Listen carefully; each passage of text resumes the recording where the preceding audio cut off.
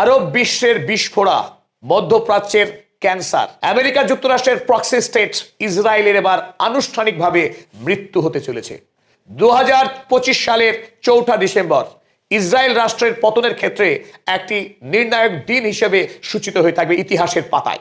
America যুক্তরাষ্ট্রের কংগ্রেসে আইন করে ন্যাশনাল সিকিউরিটি স্ট্র্যাটেজির আইনে ইসরায়েল রাষ্ট্রকে চিরতরে আমেরিকার বন্ধু রাষ্ট্রের তালিকা থেকে বার করে দেওয়া হয়েছে। আগামী দিনে আমেরিকা যুক্তরাষ্ট্র আর ইসরায়েলকে অস্ত্র এবং অর্থ দিয়ে সাহায্য করতে আর দায়বদ্ধ থাকবে না। এতদিন ধরে আমেরিকা যে ইসরায়েল ফার্স্ট, আমেরিকার মানুষের ট্যাক্সের পয়সায় ইসরায়েলকে বাঁচিয়ে রাখার, তাকে অস্ত্র দিয়ে অর্থ দিয়ে শক্তিশালী করার যে আইন এতদিন ধরে আমেরিকা অনুসরণ করে আসছিল, সেই আইনে এবার ছেদ পড়ে গেল।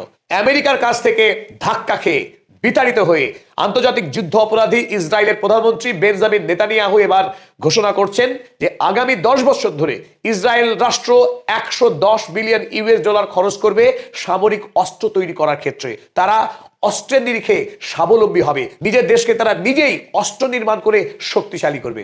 যখন ইসরায়েল রাষ্ট্র অর্থনৈতিকভাবে ভঙ্গুর, নতুন করে ইসরায়েল রাষ্ট্রে বিদেশি বিনিয়োগ আসার কোনো সম্ভাবনাই নেই, এমনকি দেশের যারা বিনিয়োগকারী তারা যখন বিদেশে বিনিয়োগ করছে তাদের টাকাকে সুরক্ষিত রাখার জন্য, সেই সময়ে ইসরায়েল রাষ্ট্র ঘোষণা করছে তারা আগামী 10 বছরে 110 বিলিয়ন ইউএস ডলার খরচ করবে। এই ঘোষণা কি শুধু ঘোষণা মাত্র? বাস্তবে আদৌ ইসরায়েল রাষ্ট্রের সেই অর্থনৈতিক শক্তি কি আছে 110 বিলিয়ন ডলার খরচ করবার মতো? চলুন আমরা তথ্য দিয়ে আজকে বোঝার চেষ্টা করি।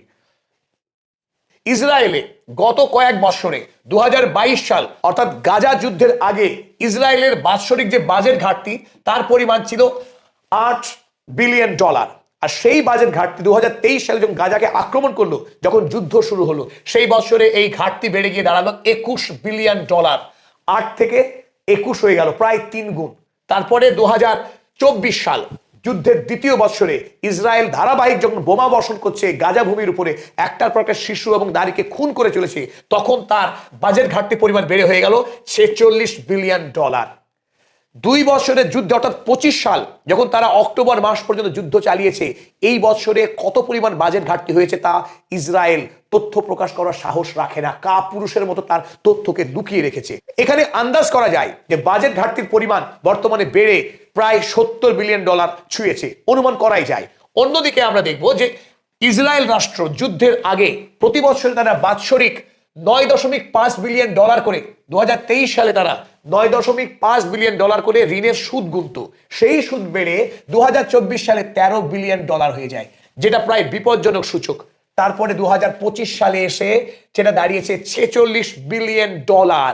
যে ঋণ সুদ গুনতেই যদি 46 বিলিয়ন ডলার ইসরায়েল রাষ্ট্রের খরচ হয়, সেই ইসরায়েল রাষ্ট্রের বাস্তবভাবে দাঁড়িয়ে থাকা অসম্ভব। কারণ আমরা আগে আলোচনা করেছি যে ইসরায়েল রাষ্ট্রের যারা মেধাবী মানুষ, বিজ্ঞানী, অধ্যাপক, তারা এখন কাতারে কাতারে ইসরায়েল রাষ্ট্র পরিত্যাগ করছে। অন্যদিকে ইসরায়েল রাষ্ট্রের যারা বিনিয়োগকারী, শিল্পপতি, তাদের একটা বড় অংশ ইতিমধ্যেই দেশ ত্যাগ করে তারা ইউরোপ বা আমেরিকায় তাদের নাগরিকত্ব গ্রহণ করছে, পার্মানেন্টলি বসবাস শুরু করছে। ফলে ইসরায়েল রাষ্ট্র যখন গোটা পৃথিবীতে তার বিশ্বাসযোগ্যতা হারিয়েছে, মানুষ যখন ওয়ার কমপ্লিসিট থাকতে চাইছে না, ইসরায়েলি পণ্যকে বর্জন করতে চাইছে, এবং পৃথিবীর কোনো কোম্পানি বর্তমান সময় দাঁড়িয়ে ইসরায়েল রাষ্ট্রে বিনিয়োগ করার সাহস রাখে না। ফলে ইসরায়েল রাষ্ট্রে যখন দ্রব্যমূল্য আকাশ ছোঁয়া, যখন বেকারত্বের হার হু করে বেড়ে চলেছে, সেই জায়গায় দাঁড়িয়ে আগামী দিনে ইসরায়েল রাষ্ট্র তার ঋণ পরিশোধ করার সক্ষমতা রাখতে পারবে না। অর্থাৎ ইসরায়েল রাষ্ট্র ইতিমধ্যেই প্রায় দেউলিয়া হওয়ার অবস্থা তৈরি হয়ে গেছে। যখন ইসরায়েল রাষ্ট্র ইতিমধ্যেই দেউলিয়া হওয়ার পাকাপাকি বন্দোবস্ত করে ফেলেছে, সেই সময় এলো এই ভয়ঙ্কর সংবাদ, অর্থাৎ আমেরিকা যুক্তরাষ্ট্র ইসরায়েলের উপর থেকে পাকাপাকিভাবে তার অর্থনৈতিক এবং সামরিক সমর্থন স্থায়ীভাবে তুলে নিল। এই সময়ে যখন ইসরায়েল অর্থনৈতিক দিক থেকে ভঙ্গুর এবং খাবি খেতে শুরু করেছে, আমেরিকা যুক্তরাষ্ট্র তার উপর থেকে সম্পূর্ণ অর্থনৈতিক এবং সামরিক সমর্থনে হাত তুলে নিল পাকাপাকিভাবে, আইন করে, স্থায়ীভাবে।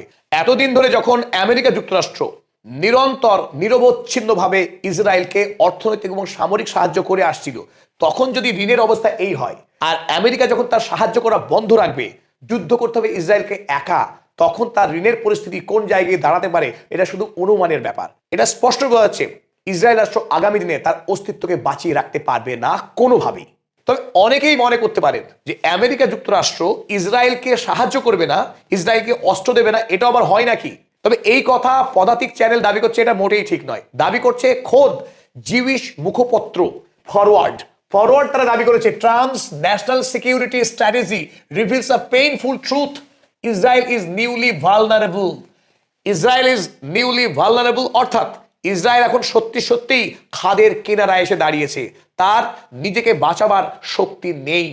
এই কথা উদ্বেগ প্রকাশ করে জানাচ্ছে ফরওয়ার্ড। এখন প্রশ্ন হলো, আমেরিকা যুক্তরাষ্ট্র যারা এতদিন ধরে ইসরায়েলকে পৃষ্ঠপোষকতা করে আসছিল, মধ্যপ্রাচ্যে অস্থির করে তোলা, একটার পর একটা যুদ্ধ বাঁধানো, নির্বিচারে আরব ভূমিকে দখল করে একটা গ্রেটার ইসরায়েল রাষ্ট্র তৈরি করার স্বপ্নে শেক দিচ্ছিল আমেরিকা যুক্তরাষ্ট্র, এবার হঠাৎ করে কেন এই উলটপুরাণ? আমেরিকা যুক্তরাষ্ট্র কেন হঠাৎ করে ইসরায়েল রাষ্ট্রের সঙ্গে সমস্ত রকম অর্থনৈতিক এবং সামরিক সাহায্য দেওয়ার প্রতিশ্রুতি থেকে সরে দাঁড়ালো? এর উত্তর খুঁজতে হবে আমেরিকা যুক্তরাষ্ট্রের বর্তমান রাজনৈতিক প্রেক্ষাপটে। আমেরিকা যুক্তরাষ্ট্রের ডোনাল্ড ট্রাম্প রাষ্ট্রপতি হয়েছিলেন একটি প্রতিশ্রুতি দিয়ে, আর তা হলো আমেরিকার অ্যাফোর্ডেবিলিটিকে বাড়ানো, অর্থাৎ ইনফ্লেশন কমিয়ে আমেরিকার সাধারণ মানুষের ক্রয় ক্ষমতাকে বাড়িয়ে তারা যাতে সুস্থভাবে জীবনযাপন করতে পারে তা নিশ্চিত করা। কিন্তু বিগত কয়েক বছর ধরে আমেরিকায় ধারাবাহিকভাবে জিনিসপত্রের দাম এমন বেড়েছে এবং মানুষ ক্রমশ গরিব হয়ে যাচ্ছে, ধনী ও দরিদ্রের ব্যবধান হু হু করে বেড়ে চলেছে। আমেরিকা যুক্তরাষ্ট্রে বিগত কয়েক বছর ধরে বাড়ি ভাড়া, কেবলমাত্র বাড়ি ভাড়া ঠিক এইভাবে বেড়ে চলেছে, কেবল বাড়ি ভাড়া একেবারে রকেট গতিতে বেড়ে চলেছে, যেখানে মানুষের রোজগারের গতি স্তিমিত এবং ধীর। রোজগার যখন বাড়ছে না তখন বাড়ি ভাড়া ঠিক এইভাবে বেড়ে চলেছে। অন্যদিকে আমেরিকার 37 কোটি জনসংখ্যার মধ্যে প্রায় 10 কোটি মানুষ তারা তাদের হেলথ ইন্স্যুরেন্স কিনতে পারছেন না, অর্থাৎ তাদের স্বাস্থ্য নিয়ে এক বিপুল ভরাডুবি। আমেরিকায় হেলথ ক্যাটাস্ট্রফি শুরু হয়েছে। আমেরিকার মানুষ এখন নতুন করে তাদের ট্যাক্সের পয়সা দিয়ে ইসরায়েল বাঁচুক না মরুক সে বিষয়ে আর তারা জানতে আগ্রহী নয়। নিজে বাঁচলে তবেই বাপদাদার নাম। আমেরিকার মানুষ এখন এই কথাই বিশ্বাস করে। আমেরিকার প্রতিটা রাজনৈতিক নেতাকে তারা গলা টিপে ধরছে যে তারা কোনোভাবেই ভিন রাষ্ট্রের জন্য এক কানাকড়ি পর্যন্ত তারা খরচ করবে না। ডোনাল্ড ট্রাম্প এখন বাধ্যতামূলকভাবে ওই ইসরায়েল কোলের ছেলেকে গলা টিপে মারতে বাধ্য হচ্ছেন, তার কাছে অন্য কোনো উপায় নেই।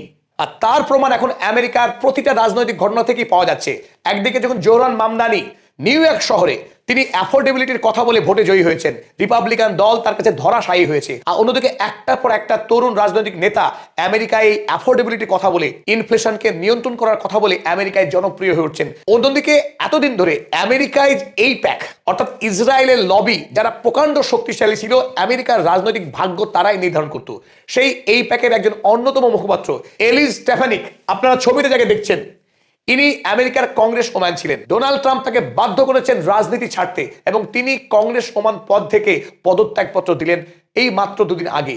এর কারণ আমেরিকা যুক্তরাষ্ট্রে যে সব নেতারা এতদিন ধরে এই প্যাকের হয়ে রাজনীতি করতেন, এখন আমেরিকার জনগণ কোনোভাবেই চাইছেন না আমেরিকার কোনো নেতা এই প্যাকের হয়ে কাজ করুক বা ইসরায়েলের হয়ে কাজ করুক। আমেরিকার ঋণের বোঝা যখন আকাশ ছোঁয়া, সেই অবস্থায় দাঁড়িয়ে এই ইসরায়েল রাষ্ট্রের ভাগ্যকে সুরক্ষিত রাখা আমেরিকার পক্ষে এখন না সম্ভব না বাস্তবসম্মত। তাই আমেরিকার মানুষ এখন জেগে উঠেছেন, তারা ইসরায়েলের বিরুদ্ধে প্রকাশ্যে স্লোগান দিচ্ছেন, তারা বরং এখন প্যালেস্তাইনপন্থী। আমেরিকার আজকের এই ইসরায়েল বিরোধী অবস্থানের নেপথ্যে সৌদি আরব এবং কাতারের ভূমিকা অনন্য। আমেরিকার এই প্যাক এতদিন ধরে যে ইসরায়েলপন্থী রাজনীতি খেলে আসছিল, সেই রাজনীতিকে দুর্মুষ করতে সৌদি আরব এবং কাতার তারা নীরবে এক দারুণ চাল চেলে দিয়েছে। গত 2 দশক ধরে ধারাবাহিকভাবে আমেরিকার শিক্ষা, প্রযুক্তি এবং রিয়েল এস্টেট খাতে তারা বিলিয়ন ডলার ইনভেস্ট করেছে। ফলে আজ আমেরিকার রাজনীতি এবং বিদেশ নীতিকে সৌদি আরব দারুণভাবে প্রভাব বিস্তার করে। বিশেষ করে আমেরিকার সিলিকন ভ্যালি, সেখানে সৌদি আরব পৃথিবীর মধ্যে সবচাইতে বৃহৎ বিনিয়োগকারী রাষ্ট্র হিসেবে আত্মপ্রকাশ করেছে এবং এই শক্তিকে কাজে লাগিয়ে এমবিএস অর্থাৎ সৌদি আরব রাষ্ট্র ডোনাল্ড ট্রাম্পের উপরে প্রভূত চাপ সৃষ্টি করেছে যে আমেরিকা যদি ইসরায়েল ফার্স্ট পলিসি থেকে যদি সরে না আসে এবং ইসরায়েলকে যদি সে নিয়ন্ত্রণ করতে না পারে, তাহলে সৌদি আরব আমেরিকা থেকে তাদের বিনিয়োগকে সরিয়ে প্রয়োজনে এমনকি চীনে তাদের এই বিনিয়োগকে তারা ঢালতে শুরু করবে। এটা কেবল হুমকি নয়, শুধুমাত্র 2025 সালে এসেই সৌদি আরব সিলিকন ভ্যালি থেকে 80 থেকে 100 বিলিয়ন ইউএস ডলার তারা তুলে নিয়েছে এবং সেই টাকা তারা চায়নাতে ইনভেস্ট করতে চলেছে।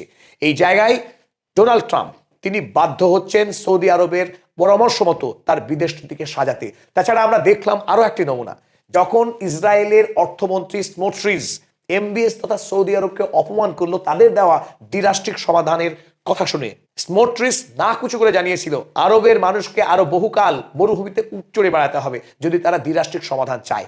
তার ঠিক 24 ঘন্টার মধ্যেই ডোনাল্ড ট্রাম্প স্মোট্রিসকে ধমক দিয়ে সৌদি আরবের কাছে মাথা নিচু করে ক্ষমা চাইতে বাধ্য করিয়েছেন। আর এই উদাহরণ থেকে স্পষ্ট বোঝা যায় যে সৌদি আরব আজ থেকে 40 বছর আগের যে সৌদি আরব বা আরব ভূমি আর বর্তমানে আরব দেশ এক নয়। আরব এখন বর্তমানে আমেরিকার বিদেশ নীতিকে স্থির করে, ইসরায়েল নয়। এটা গেল আমেরিকার প্রসঙ্গ। আমেরিকা কোনোভাবেই আর ইসরায়েল রাষ্ট্রকে সাহায্য করতে পারছে না নানান কারণে। তাহলে প্রশ্ন উঠতে পারে ইউরোপ কি করবে? ইউরোপ কি তাহলে আগের মতোই ইসরায়েলকে সামরিকভাবে এবং আর্থিকভাবে সাহায্য করতে থাকবে?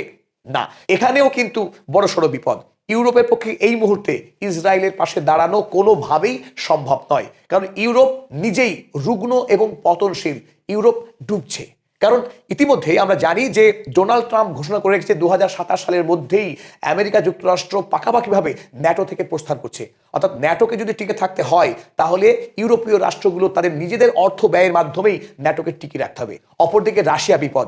রাশিয়া যখন ইউক্রেনকে ধ্বংস করে দেওয়ার পথে, তখন জার্মানি, ফ্রান্স, ইংল্যান্ড তারা থরথর করে কাঁপছে। যে কোনো সময় রাশিয়ার সঙ্গে ইউরোপের যুদ্ধ শুরু হতে পারে। তৃতীয়ত, ইউরোপ মহাদেশের একমাত্র শক্তি তাদের ইন্ডাস্ট্রিয়াল প্রোডাকশন, যে প্রোডাকশনকে গলা টিপে ধরতে চলেছে চীন। তাই ইউরোপ এখন সবচাইতে অর্থনৈতিক এবং রাজনৈতিকভাবে পঙ্গু হতে থাকা একটা মহাদেশ, যে মহাদেশের ভবিষ্যৎ অত্যন্ত ঘোলাটে।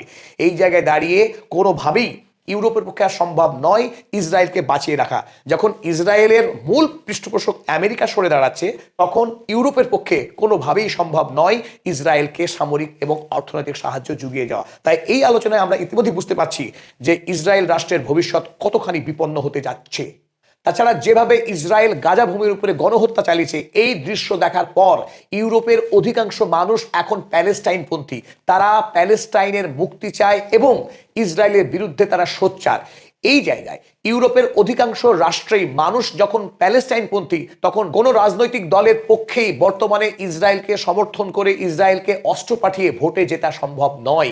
তাই রাজনৈতিক কারণেই ইউরোপের পক্ষে এখন ইসরায়েলের পাশে দাঁড়ানো অসম্ভব। অন্যদিকে এখন ইসরায়েল অস্ত্র তৈরি করে স্বাবলম্বনের কথা বলার পশ্চাতে আরো একটি বড় কারণ ইউরোপের এই রাষ্ট্রগুলি মানুষের চাপে তারা ইসরায়েলকে অস্ত্র সরবরাহ করার ক্ষেত্রে তারা নিষেধাজ্ঞা জারি করতে বাধ্য হয়েছে। আর এই তালিকা কিন্তু দীর্ঘ। আমরা ইতিমধ্যে দেখছি ইউরোপের স্পেন, স্লোভেনিয়া, বেলজিয়াম, টার্কি এই রাষ্ট্রগুলি তারা আর্মস এম্বার্গো দিয়েছে। অন্যদিকে সাউথ আফ্রিকা, বলিভিয়া, কলম্বিয়া এই সমস্ত রাষ্ট্র তাদের দেশ থেকে ইসরায়েলকে অস্ত্র তো পাঠাবে না, এমনকি তাদের দেশ হয়ে কোনো জাহাজ অস্ত্র নিয়ে এসে ইসরায়েলে পৌঁছাতে পারবে না।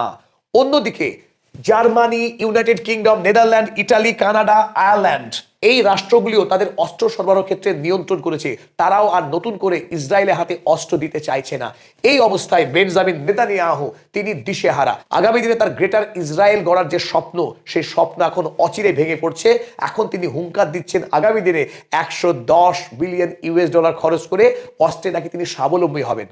আর আদৌ কি ইসরায়েলের পক্ষে অস্ত্র নির্মাণ করে স্বাবলম্বী হওয়া সম্ভব? তার উত্তর এক্স্যাক্টলি নো।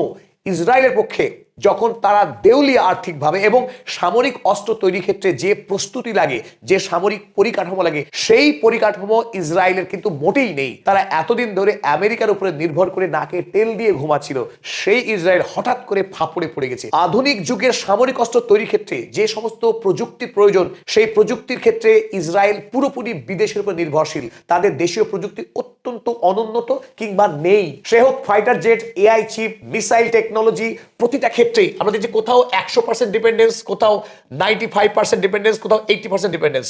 মাত্র দুটো ক্ষেত্রে, কেবল র্যাডার কম্পোনেন্টস এর ক্ষেত্রেই খানিকটা স্বাবলম্বী। 25% তারা ডিপেন্ড করে বিদেশের উপরে, 75% তারা নিজে স্বাবলম্বী। কিন্তু বাকি ক্ষেত্রে তারা দারুণভাবে অন্য দেশের উপর নির্ভরশীল। কিন্তু এই ক্ষেত্রে দরকার টাকা। বিদেশ থেকে টাকা দিয়ে প্রযুক্তি কিনতে হবে ইসরায়েলকে। আর এই টাকার ক্ষেত্রে